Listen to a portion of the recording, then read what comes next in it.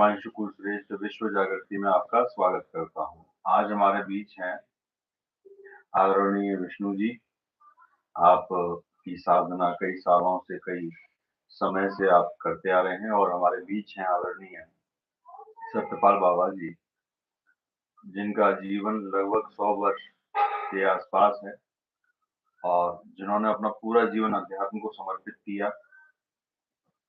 और हम महाराज जी से निवेदन करना चाहेंगे, महाराज जी मोक्ष के बारे में आप कुछ हमारे दर्शकों को बताएं कि मोक्ष क्या है।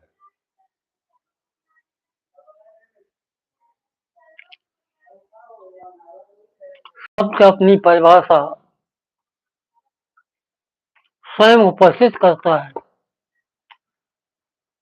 मगर हम लोग उसका नाम तो लेते हैं, मगर उसकी उपस्थिति किन अक्षरों के मेल से बना, वर्ण और मात्राओं का खंडन नहीं करना जानते। मोक्ष इतनी सरल चीज नहीं है।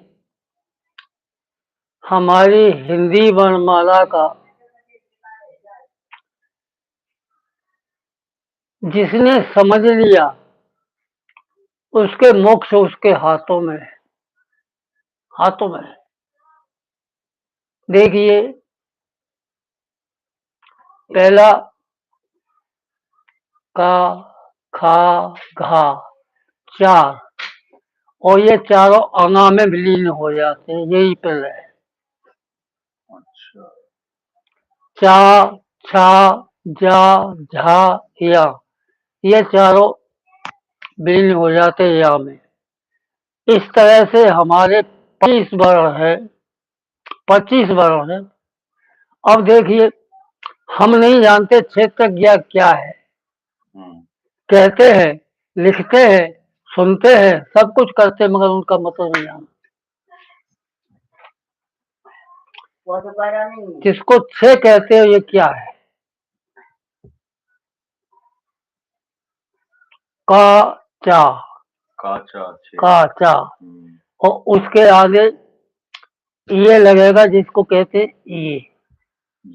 हाँ, और फिर तब आएगा छा। ये तीन का मेल है। था, छा, ये। अब देखिए, मोक्ष कह दिया। माँ क्या है? पृथ्वी तत्व है। पा, फा, बा, भा, माँ, ये चारों प्रलय हो जाएगी, ये विलीन हो जाएंगे माँ में। हम नहीं जानते। अमोक्ष माँ पूर्ण वर्ण है, मात्रा ओ।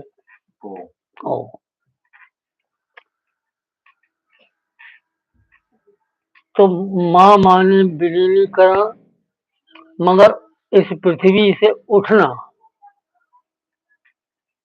उक्ष माने उठना, ऊपर को, पृथ्वी से उठना।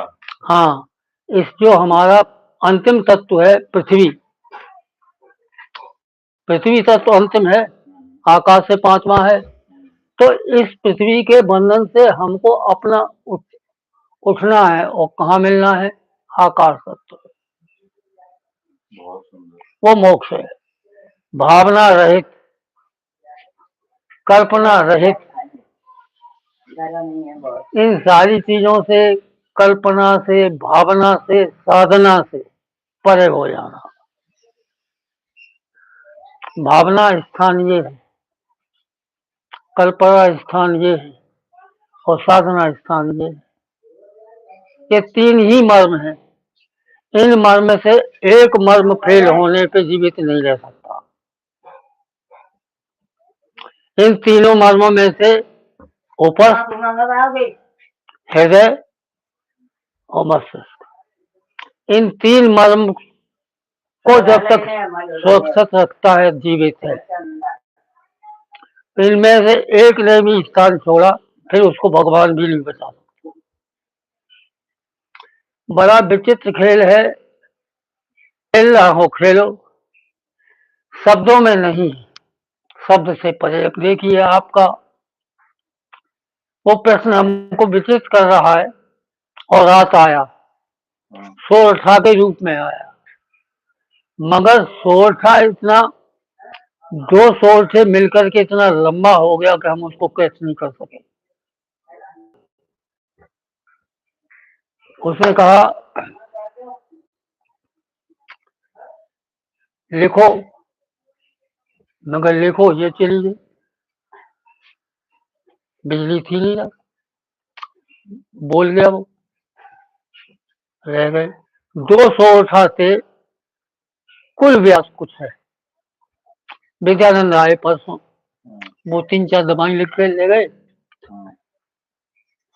तो ऐसे ही उन्होंने हमसे पूछ लिया, गुरु जी में कुछ नहीं, ये जितना भी शब्द भंडार है ये वहां नहीं पहुंचता,